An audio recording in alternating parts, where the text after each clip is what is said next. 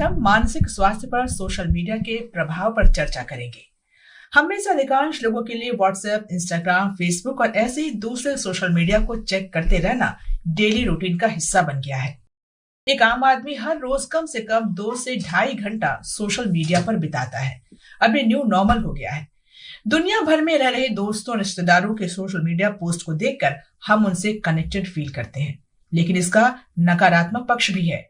Social media anxiety, depression, अकेलेपन को बढ़ाकर हमारे शारीरिक और मानसिक स्वास्थ्य पर बुरा असर डालता है। ये असर किशोरों और युवाओं पर ज्यादा होता है।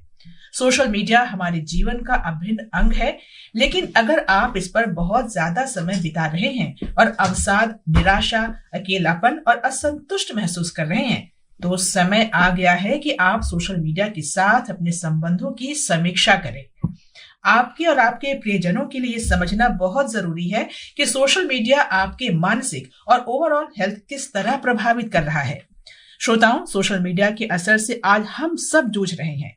इसके क्या दुष्प्रभाव हैं और हम किस तरह खुद पर नियंत्रण रखकर इसका सकारात्मक तरीके से इस्तेमाल कर सकते हैं, इन सब बातों पर चर्चा के लिए हमारे साथ स्टूडियो में मौजूद हैं अखिल भारतीय आयुर्विज्ञान संस्थान में मनोरोग विभाग में प्रोफेसर डॉक्टर राजेश सागर और मेडिसिन विभाग में प्रोफेसर डॉक्टर पीयूष रंजन।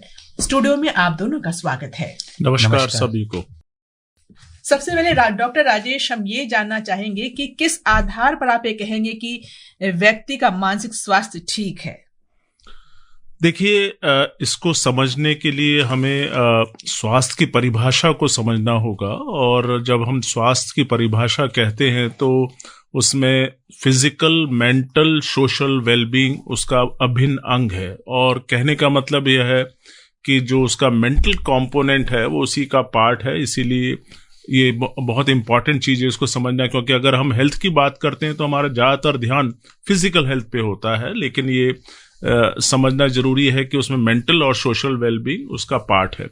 फिर अगर हम बात करें कि कोई व्यक्ति जो है मानसिक स्वास्थ्य का मतलब क्या है, तो वो भी परिभाषा है WHO की। उसमें 4 कंपोनेंट बहुत इंपॉर्टेंट हैं। एक, कोई व्यक्ति जो है वो अपनी क्षमता को पहचाने, हु नोज हिज और ओन पोटेंशियल।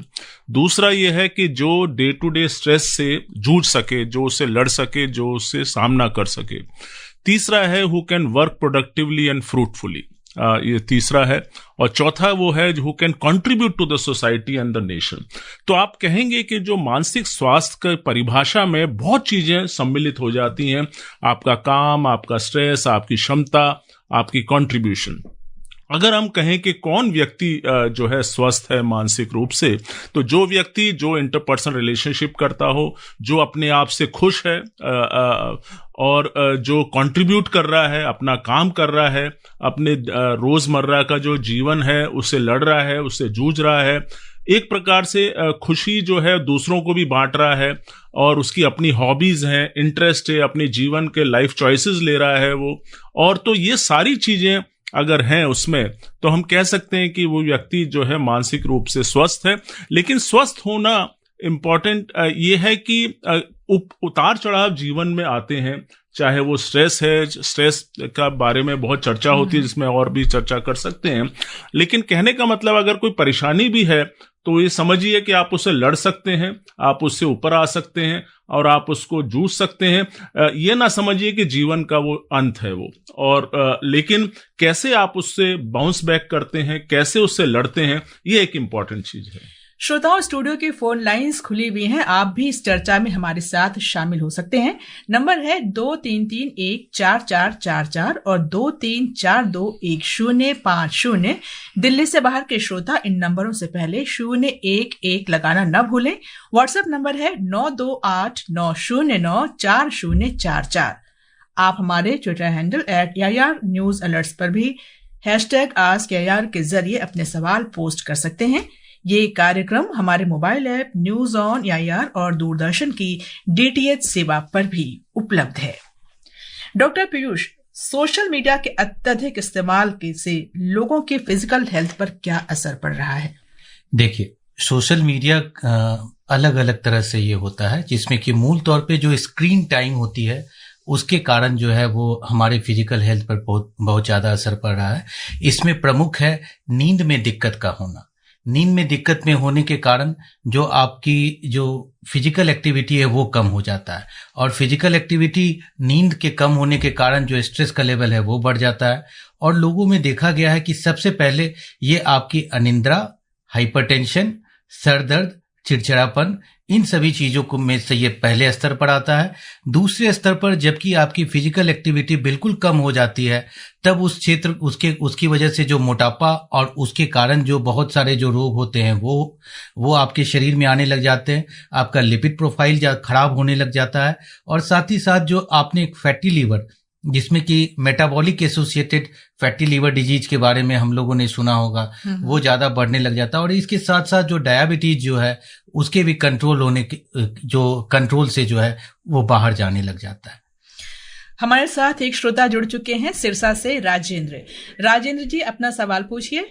नमस्कार कनकलता जी, और डॉक्टर राजेश सागर जी को और विशेषज्ञ को भी नमस्कार जी। और डॉक्टर साहब, तीसरी बार बात हो रही है, तो अच्छे कार्यक्रम में आते हैं, तो आगे भी आते रहें, उनके बारे में बहुत धन्यवाद कहता हूँ।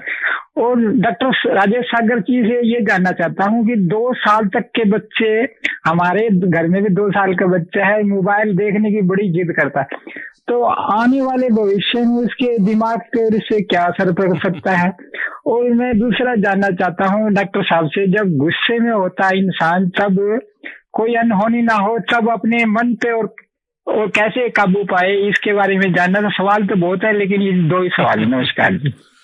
देखिए, 2 सवाल पूछे हैं। एक तो ये कि बच्चा 2 साल का है, वो इस्तेमाल करता है मोबाइल फोन, तो ये कहना चाहेंगे कि कुछ देशों में खासकर ये एक प्रकार सा प्रोहिबिशन होता है कि 3 साल से कम बच्चों को आप कोई भी गैजेट या कोई भी ऐसी चीज ना दें। और ये कोई गाइडलाइंस हैं कुछ देशों में जहाँ पे 3 साल से कम बच्चों पे ना हो, और उसके बाद जो है तो ये बात बिल्कुल तय है। लेकिन हमें मालूम है कि बहुत बच्चों को इसका सेवन किया जाता है, और कई बार ऐसा होता है कि कुछ बार हमने व्हाट्सएप पे कुछ देखा है, देखिए सोशल मीडिया पे ही, जहाँ पे बच्चे को छोटे को दिया है, तो उसने एक चीज को पकड़ा है, उसने कान में लगाया उसको, उसे लगा ये मोबाइल फोन ही है, जबकि वो खाने की चीज थी वो। तो कहने का मतलब कि इतना प्रभाव है कि बच्चों पे भी पड़ा है, और ये देखा गया। और कुछ देशों में तो मैं कहूँगा सोशल मीडिया 16 साल से कम में प्रोहिबिट किया हुआ है, इस पे कानून बना है, ऑस्ट्रेलिया में और बाकी देशों में भी हो रहा है, और इस पे काफ़ी चर्चा भी हो रही है, और काफ़ी डिस्कस हो रहा है कि क्योंकि इसके प्रभाव नेगेटिव इतने हैं जिसके और चर्चा करेंगे। तो कहने का मतलब है कि इतने छोटे बच्चे में इससे रोकना चाहिए, इसको अवॉइड करना चाहिए। दूसरा सवाल ये जो कहा है कि चिड़चिड़ापन है, तो उसमें क्या ना हो जाए, बहुत गुस्सा आता है इन्हें, तो कोई अनहोनी ना हो जाए, कैसे कंट्रोल करें? हाँ, तो देखिए, गुस्सा इंसान की प्रवृत्ति है। आप ये कहें कि किसी को गुस्सा नहीं होना चाहिए, ऐसा नहीं होता है, क्योंकि ये भी एक ह्यूमन इमोशन है। गुस्सा आएगा, और aggression is part of survival also, और ये हमारे जीवन का एक इम्पॉर्टेंट हिस्सा है गुस्सा होना। तो एक बात तो ये इम्पॉर्टेंट है समझना, क्योंकि सर्वाइवल के लिए इम्पॉर्टेंट है। अगर किसी को नहीं आएगा गुस्सा, तो कहने का मतलब है कि वो एक पार्ट है, जीवन का हिस्सा है। लेकिन जब ये बहुत एक्सेसिव हो जाता है, जब ये बहुत ज़्यादा जल्दी हो जाए, तब समस्या हो जाती है।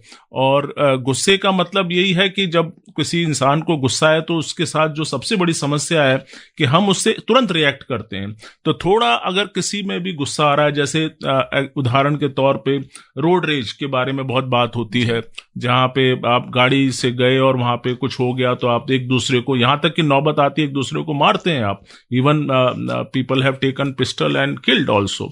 सो कहने का मतलब है कि उस वक्त जो है अपने रिएक्शन को रोक लें।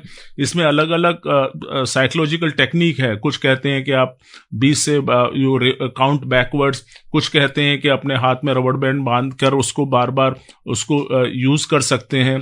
तो कहने का मतलब है आप उस चीज को होल्ड कर लें। तो गुस्से की एक खास बात यह है कि गुस्सा थोड़ी देर के बाद अपने आप ठंडा हो जाता है। तो आप रिएक्ट ना करें और अगर बहुत बार बार आ रहा है तो हो सकता है आपको समस्या हो, मानसिक समस्याएं हो सकती हैं, जैसे एंजाइटी है या डिप्रेशन है या और भी प्रकार की बीमारियां होती हैं जिसमें गुस्सा, एग्रेशन, वायलेंस ये सिम्टम होता है। ये परिवार हमारे पास लेकर आते हैं, कहते हैं इसको गुस्सा बहुत आता है। तो अगर वैसा है तो फिर आप जरूर हेल्प लीजिए, आप अपने डॉक्टर से मिलिए। लेकिन ज्यादातर लोगों को गुस्सा नॉर्मल प्रवृत्ति होता है, हो सकता है वो स्ट्रेस में हो, चिंता में हो, किसी परेशानी में हो, उस वक्त आया है, क्योंकि ये एक इमोशन का हिस्सा है। जैसे हम उदास होते हैं, खुश होते हैं, उसी प्रकार से गुस्सा भी है। अत्यधिक नहीं होना चाहिए और दूसरों को एक्सेसिव नहीं होना चाहिए, क्योंकि गुस्से में कभी कभी लोग चीजें तोड़ देते हैं, दूसरे को हानि पहुंचाते हैं या अपने आप को हानि पहुंचाते हैं। गुस्सा जो है उसमें अपने आप, तो ये चीजों का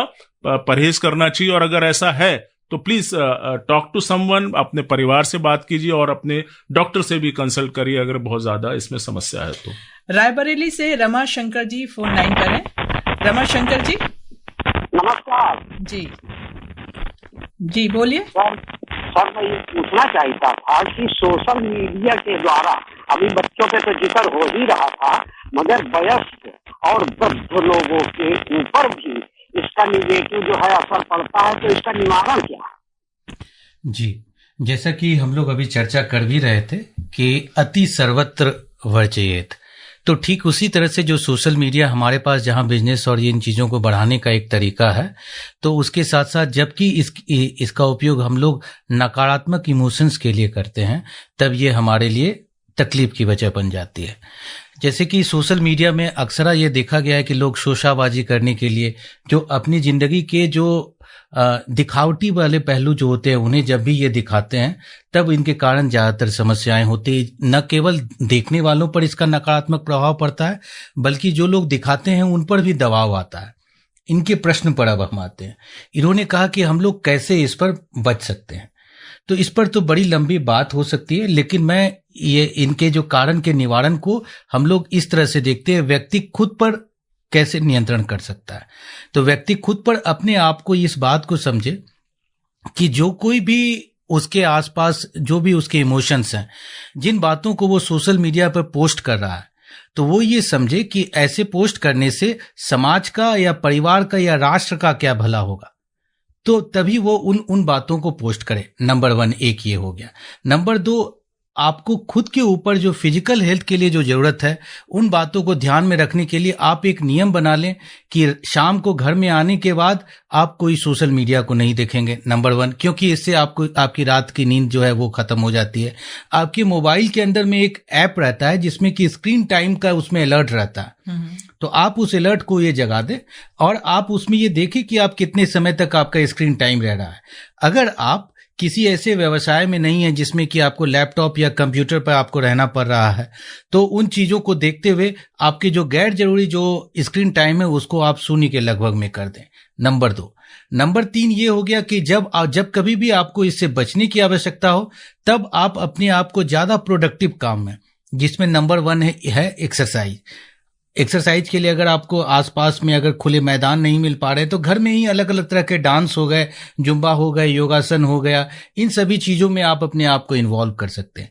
व्यक्ति के बाद अब हम परिवार पर जाते हैं। परिवार के लोग एक दूसरे पर टीका टिप्पणी करने से बचे। नंबर 1, एक दूसरे के लिए मदद के लिए सपोर्ट सिस्टम की तरह बढ़े। जैसे कि अगर परिवार के 4-5 सदस्य हैं, तो वो मिलकर इस बात को तय कर सकते हैं कि ठीक है, अब हम लोग कोई भी चीज सोशल मीडिया के बारे में बातचीत कम करेंगे और हम लोग जो गैर दूसरी जो स्क्रीन टाइम के अलावा जो दूसरी चीज है उसके साथ कर सकते हैं।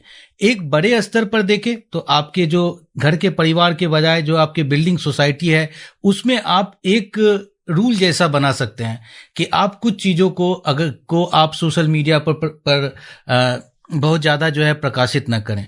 नंबर 1, और उससे ज्यादा जरूरी यह भी है कि जो आप इंफॉर्मेशन दे रहे हैं, उन इंफॉर्मेशन को आप बेवजह जो है फॉरवर्ड न करें। इसमें कई बार ऐसा होता है कि जो तथ्यात्मक तौर पे जो गलत चीजें जो हमारी इमोशंस को भड़काते हैं, वैसी चीजों को भी हम लोग जो है वो आंख बंद करके फॉरवर्ड कर देते हैं, तो इसका हिस्सा ना बने। मैं देखा जा रहा है बच्चों में, युवाओं में जो बॉडी शेमिंग, ट्रोलिंग बहुत ज्यादा जी। लेकिन फिर भी बच्चे से अलग नहीं होते।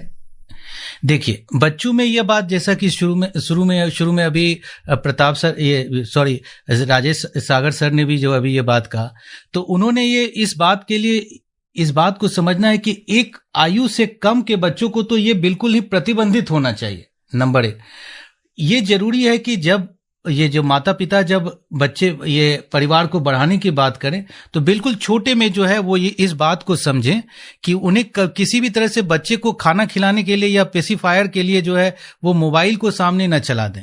तो इन बातों के लिए ये जरूरी है। और बच्चों में जो स्ट्रीमिंग और इन सभी चीजों का है, जैसे कि हर चीज के लिए एक आयु होती है, जैसे कि हम लोग जैसे एक तरह से कहते हैं, जैसे शराब के लिए भी जो 25 साल से कम उम्र के लोगों को जो है के लिए ये प्रतिबंधित है, तो एक आयु जो अवयस्क बच्चे हैं उनका जो इस तरह से जो सोशल मीडिया पर जो बढ़ता हुआ जो प्रेजेंस है उसको कर्टेल करना बहुत आवश्यक है। महाराष्ट्र सोलापुर से प्रकाश राव हैं। प्रकाश जी, क्या पूछना चाहते हैं आप? हाँ, मैं प्रकाश राउत सोलापुर महाराष्ट्र से बोल रहा हूँ कि बच्चे जो पबजी जैसे गेम देखते हैं वो सुसाइड होते हैं, वो मेंटल होते हैं, उसका भविष्य बर्बाद होता है, उसको पेरेंट्स ने क्या करना चाहिए?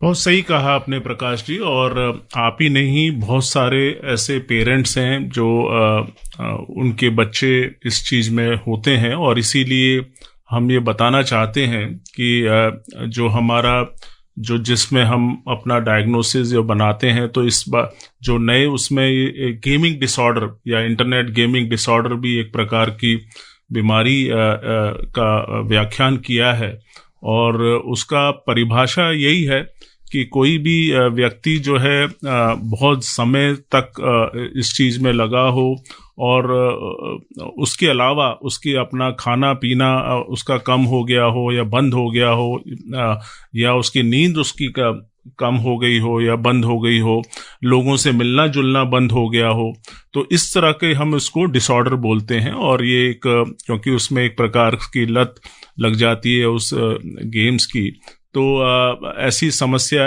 है। लेकिन जरूरी बात यह है कि पहली बात तो ये बहुत अच्छी बात है कि आपने इसको समझा, इसको परेशानी को, इसका वर्णन किया, आपने बताया, क्योंकि हम अक्सर इस चीज का जिक्र नहीं करते हैं। कोई भी इस तरह की समस्या है उसको डिसमिस कर देते हैं, उसको इग्नोर कर देते हैं। तो पहले इसको परिवार को ये समझना जरूरी है कि हम इसको समझें, इसको सोचें कि ये एक समस्या का विषय है। डॉक्टर राजेश, मैं आपको बीच में रोकना चाहूंगी कि परिवार के लोग तो समझते हैं, लेकिन जो व्यक्ति खुद इसका शिकार है वो इस बात को मानता ही नहीं कि उसे इसका एडिक्शन है। ऐसी स्थिति में क्या किया जाए? बिल्कुल ये बात बिल्कुल सही है, और ये सिर्फ इसी के लिए नहीं है। मानसिक बीमारियां, कई ऐसी परेशानी ऐसी होती हैं जहां पे व्यक्ति को खुद नहीं मालूम होता कि वो इसका शिकार है या उससे बीमार है, और ये अनहोनी बात नहीं है, और क्योंकि उसे खुद नहीं मालूम होता, क्योंकि कभी कभी तो कहता है आप नहीं, आप बीमार हैं, मैं तो नहीं, मैं तो ठीक हूं। तो कहने का मतलब उसकी इंसाइट नहीं होती है उस चीज को लेकर। लेकिन उससे हमें हारना नहीं चाहिए। अगर वो है, उससे बातचीत करें, उसको एक नया जरिया दें, उसके लिए जैसे डिस्कस किया है फिजिकल एक्टिविटी का माहौल दें उसको, जहां उसको एक एंजॉयमेंट है या जो उसकी हॉबीज हैं। कई बार जैसे हमारे पास जब आते हैं ऐसे बच्चे, हमारी जैसे क्लिनिक होती है बच्चों की या यूथ की, तो उसमें हम ये सब बातें जिक्र करते हैं, जहां पे उनके कुछ स्ट्रेस होते हैं या उनकी परेशानियां होती हैं, या उनकी परेशानियां टीचर से हैं या स्कूल से हैं, या उसकी पढ़ाई को लेकर कुछ उसको समस्या है। तो ये सारी चीजें जो गेम में इसलिए आते हैं कि उसको अवॉइड करने के लिए, उनको लगता है कि यहाँ उनका सोलेस, या उनको लगता है कि मेरे दोस्त नहीं है तो मैं अपने दोस्त यहाँ बना सकता हूँ।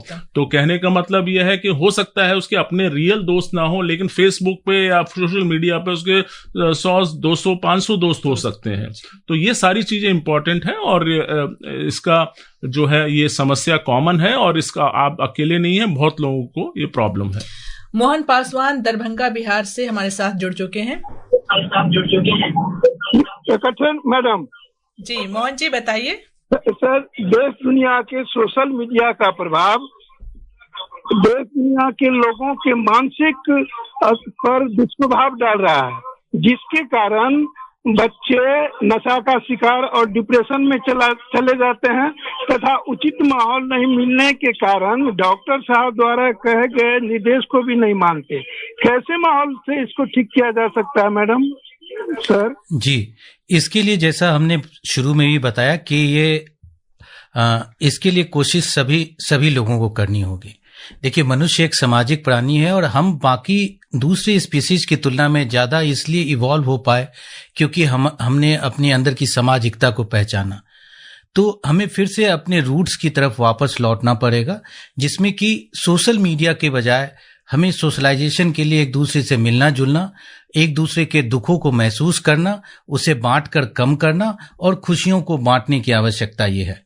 ये सबसे पहले हमें इस बात को समझना पड़ेगा। सबसे पहले इस बात को जानना होगा कि ये सोशल मीडिया, ये भले ही हम लोग एक न्यू नॉर्मल की तरफ प्रचारित कर रहे हैं, लेकिन यह न्यू नॉर्मल नहीं बल्कि एक स्टैब्लिश्ड न्यू डिजीज है।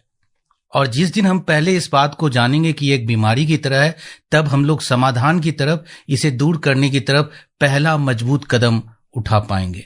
अब ये कि इससे कैसे हम अलग करें, तो सबसे पहले जब कभी भी ऐसा लगे कि लोगों को ऐसा हो रहा है तो उनके लिए एक और अधिक स्ट्रेस का कारण ना बने। टोका टिप्पणी या डांटने फटकारने के बजाय इस बात को समझने की कोशिश करें कि वो ऐसा क्यों कर रहे थे। जैसा अभी डॉक्टर सागर ने भी बताया कि ये दूसरी चीजों से जुड़ा हो सकता है। शायद उसके जीवन का कोई हिस्सा दुखी हो या स्ट्रेस या एंजाइटी या ऐसे दूसरे चीजों के साथ वो जूझ रहा हो, इसकी वजह से वो गेमिंग या सोशल मीडिया की तरफ वो जाने लग जाता है। तो इसे ये पहचाने, और जो इस तरह की तकलीफें जो हैं, ये जो चाहे वो एंजाइटी हो, डिप्रेशन हो या और भी कोई दूसरी मानसिक रोग हो, ये डायबिटीज, हाइपरटेंशन की तरह बिल्कुल ठीक हो सकती है अगर आप इस बात को समझें, रिकॉग्नाइज करें और सही विशेषज्ञ के पास पहुंचे। नंबर 1। नंबर 2, जो पॉजिटिव जो आपके साथ जो एक्टिविटीज हैं, चाहे वो आपके वो फिजिकल एक्टिविटी हो, खेल कूद का माध्यम हो, चाहे गीत संगीत हो या कला की वो विधा हो जिसमें कि आप रुचि रखते हैं, इन सबों के साथ जब आप अपने मन को लगाएंगे तो इन नकारात्मक चीज के प्रति आपका ध्यान धीरे धीरे खत्म होता जाएगा। गिरीश देशमुख हैं पुणे महाराष्ट्र से। गिरीश जी। हाँ, नमस्कार। हाँ, I have 2 points. Yeah, please go ahead. My first point is बहुत सारे लोग जो है, मैंने पिछले 20-25 सालों से मैं देख रहा हूँ, जब से मोबाइल मिलने लगे हैं तो माँ बाप ही जो है वो गाड़ियों पर बच्चों को लेकर जाते हैं और सामने मोबाइल पर बातें करते हैं, और बच्चा जो है ये the kid is scared. ये कहना चाह रही है कि बच्चों में जो आदत पड़ती है मोबाइल की, वो माँ बाप की वजह से। बिल्कुल सही, बहुत अच्छी बात कही है गिरीश जी ने ये, और ये हम जरूर बताना चाहेंगे कि देखिए, सबसे इम्पोर्टेंट बात है जब हम इसकी ट्रीटमेंट मैनेजमेंट की बात करते हैं तो पेरेंट्स को they have to set a best example to their children कि हम जो कर रहे हैं, क्योंकि बच्चा, एक बात बता दें, क्योंकि हम बच्चों के साथ काम करते हैं, ये बहुत कीन ऑब्जर्वर होते हैं बच्चे। हम ऐसा नहीं सोचना चाहिए बच्चे हैं तो डिसमिस कर दें हमारी बात, तो ये तो बच्चा है, ऐसा नहीं है। वो they are highly intelligent, they know, और वो कीन ऑब्जर्वर हैं। तो हम जो करते हैं वो बच्चों को मालूम है, और इसीलिए हमारी जिम्मेदारी और दायित्व बनता है कि हम जो करें सोच समझ कर करें, और जो भी करें, जैसे अगर मोबाइल यूज हो रहा है या स्क्रीन टाइम हो रहा है, क्योंकि इसका प्रभाव जो है उन पर पड़ता है, तो उसको हमें सोचना है कि कैसे अवॉइड करें या कैसे कम करें, क्योंकि हमें बेस्ट एग्जाम्पल बनना होगा अगर हम किसी बच्चे में चेंज चाहते हैं या कुछ बदलाव चाहते हैं। पेरेंट्स को खुद भी अनुशासित होना पड़ेगा, तभी वे बच्चे से उम्मीद कर सकते हैं कि वे अनुशासित एक रोल मॉडल की तरह। बिल्कुल। सिर्फ उपदेश देने से कुछ नहीं होगा। शिवराम हैं दिल्ली से। हाँ, नमस्कार जी। जी, मैं शिवराम सिंह बोल रहा हूँ दिल्ली से। जी, मेरा भी लड़का 24 साल का है, लेकिन वो गेम में रहता है, जैसे पबजी गेम है, यहीं पर बिजी रहता है, वो हमारी बात सुनता नहीं। कोई भी बात बोलते हैं तो उसको बड़े उल्टे ऊट पटांग ढंग से जवाब देता है। मैं ब्लाइंड हूँ, फिर भी 24 साल का, फिर भी वो बात नहीं सुनता, बिल्कुल भी गेम में बिजी रहता है ज्यादातर। तो इसके हमें क्या करना चाहिए? जी, जैसा कि अभी हमने पिछले प्रश्नों में भी ये बताया, इस बात की चर्चा करी कि इसके 2 तरह से हमें इसका निदान ढूंढना पड़ेगा। सबसे पहले तो ये कि इस बात को समझने की आवश्यकता है कि किस वजह से वो गेम की तरफ जा रहा है। आमतौर पर ऐसा देखा गया है कि किसी भी व्यक्ति में जो इस तरह की जो समस्या होती है, वो किसी न किसी दूसरी तरह के जो और तकलीफ है, जिसमें कि डिप्रेशन, एंजाइटी, स्ट्रेस, ये कुछ कॉमन है। कुछ तरह के पर्सनैलिटी डिसऑर्डर होते हैं, उनके साथ साथ ये जुड़ा रहता है, नंबर 1। नंबर 2, जब इस तरह के जो एक्सेसिव यूज की वजह से जो एक लत जो लग जाती है, जिसे हम लोग एक एडिक्शन का भी नाम देते हैं, तो इन दोनों में अलग अलग ढंग से काम किया जाता है। जब एडिक्शन के बाद डी एडिक्शन के अपने प्रोटोकॉल हैं। इसके लिए मेरा आपसे आग्रह होगा कि आप किसी भी क्वालिफाइड साइकियाट्रिस्ट या साइकोलॉजिस्ट से सबसे पहले मिल लें, और उनसे मिलने के बाद वो आपको इसमें सही तरीके से ये बताएंगे। लेकिन फिर भी आम बोलचाल और आम सलाह के तौर पर मैं आपको ये देना चाहूंगा कि उसे समझने की कोशिश करें। उसको तनाव को बढ़ाने के बजाय, कई बार बच्चे जो इस युवा जो होते हैं, उन्हें ज्यादा टोका टिप्पणी करने के बाद इन बातों को और ज्यादा निगेटिव रूप में ले लेते हैं। तो ये समझने की कोशिश करें, कोई एक माध्यम, कोई एक जरिया ढूंढें जिसके द्वारा उनकी भावनाओं तक पहुंच सके, और उनके अंदर ये समझाने की कोशिश करें कि ये आम दूसरे बीमारियों की तरह भी ये भी एक बीमारी है, और इसे पहचान करके इसका सही इलाज संभव है, और इसके लिए विशेषज्ञ से मिले। डॉक्टर राजेश, बीमारियों की बात चल रही है, तो मेंटल हेल्थ और मेंटल इलनेस में कोई फर्क है? बहुत सही सवाल है, बल्कि इसको शुरू में हमें डिस्कस करना चाहिए था। मेंटल हेल्थ की परिभाषा तो मैं दे चुका हूं, क्योंकि हेल्थ है ये, और अक्सर इससे हम पॉजिटिव हेल्थ भी बोलते हैं, या जहां पे जैसे मैंने बताया आपको कि आपके इंटरपर्सनल रिलेशनशिप, आप कितने खुश हैं, आप कितने एक्टिव हैं, तो ये सारी बातें जो है मेंटल हेल्थ में आती हैं। और जो WHO की परिभाषा भी बता चुका हूं कि one who knows his own potential, दूसरा स्ट्रेस से कैसे लड़ना है, तीसरा आप काम कैसे कर रहे हैं, कैसे प्रोडक्टिवली, और चौथा जो कंट्रीब्यूट कर रहे हैं नेशन के लिए, सोसाइटी के लिए। ये हमारी नहीं, WHO की परिभाषा है मेंटल हेल्थ की। अब मेंटल इलनेस, जैसे वर्ड आया, इलनेस मतलब बीमारी। जो बीमारी है, जो खासकर 3 चीजें हैं, जहां पे आपके थिंकिंग में प्रॉब्लम हो, या आपकी सोच, या आपकी इमोशंस में प्रॉब्लम हो, या आपके बिहेवियर में प्रॉब्लम हो। इट्स अ इलनेस जहां पे आपकी इमोशंस, थिंकिंग या बिहेवियर, तो इसमें अगर समस्या है तब ये इलनेस का रूप होता है। ज्यादातर डिप्रेशन, एंजाइटी, ये और साइकोसिस जो काफी सीवियर मेंटल इलनेस में आती हैं, तो ये सारी अलग अलग किस्म की बीमारियां, इलनेस। लेकिन मुख्य रूप से ये मानना बहुत जरूरी है, और अक्सर हम ये डिस्कस करते हैं कि जब एंजाइटी का मतलब ये नहीं, अगर आपको एंजाइटी हो रही है, आप इंटरव्यू देने गए एंजाइटी, इसका मतलब ये नहीं है कि आपको एंजाइटी डिसऑर्डर है, क्योंकि वो हमारा एक नॉर्मल रेंज होता है जहां पे हम एंग्शियस हो सकते हैं। लेकिन डिसऑर्डर होने के लिए, बीमारी होने के लिए 2 चीजें बहुत इंपॉर्टेंट हैं। एक तो है जो डिस्ट्रेस, कि हमें कितना कष्ट है उस समस्या को लेके, चाहे वो एंजाइटी हो। दूसरा डिसफंक्शन, कहने का मतलब है कि आप एंजाइटी की वजह से आपने इंटरव्यू देना ही नहीं जा रहे आप, या आप ट्रैवल ही नहीं कर रहे हो, या आप इतने उदास हैं कि आपने ऑफिस जाना बंद कर दिया, या आपने लोगों से मिलना जुलना बंद कर दिया, तब वो बीमारी का रूप होता है। तो कहने का मतलब है कि जहां तक हम एंजाइटी या उदासी, क्योंकि ये जीवन का अभिन्न अंग है, अगर कुछ चीज गलत होती है तो हम उदास हो जाते हैं, तो इसका मतलब ये नहीं कि आपको बीमारी है या क्लिनिकल डिप्रेशन है। डिप्रेशन हम तभी कहेंगे जब वो 2 हफ्ते से ज्यादा है, या उसमें एक सिम्टम से नहीं होता, कम से कम 4 सिम्टम हो उसमें, और उसके साथ साथ उसकी फंक्शनिंग इंपेयर्ड हो, तब वो बीमारी का रूप लेता है। तब यही फर्क है मेंटल हेल्थ और मेंटल इलनेस में, या मेंटल इलनेस या मेंटल डिसऑर्डर में। डॉक्टर पीयूष, एक सवाल जिसका छोटा सा जवाब मैं चाहती हूँ कि क्या बच्चों में ऑटिज्म के मामले बढ़ रहे हैं सोशल मीडिया की वजह से? ये भी एक रीजन है? देखिए, इस वजह से ऑटिज्म को कंट्रोल करने में excessive use of social media की वजह से ये थोड़ा मुश्किल होता जा रहा है। इसकी वजह से, सोशल मीडिया की वजह से होता है, ऐसा कहना मुश्किल है। अब समय हो रहा है कार्यक्रम को समाप्त करने का। आप दोनों का बहुत बहुत धन्यवाद स्टूडियो में आने के लिए। इसके साथ ही पब्लिक स्पीक का ये अंक यही समाप्त होता है। अगले सप्ताह सोमवार रात ठीक 9:30 बजे हम फिर मिलेंगे। तब तक के लिए कनक लता को आज्ञा दीजिए। नमस्कार।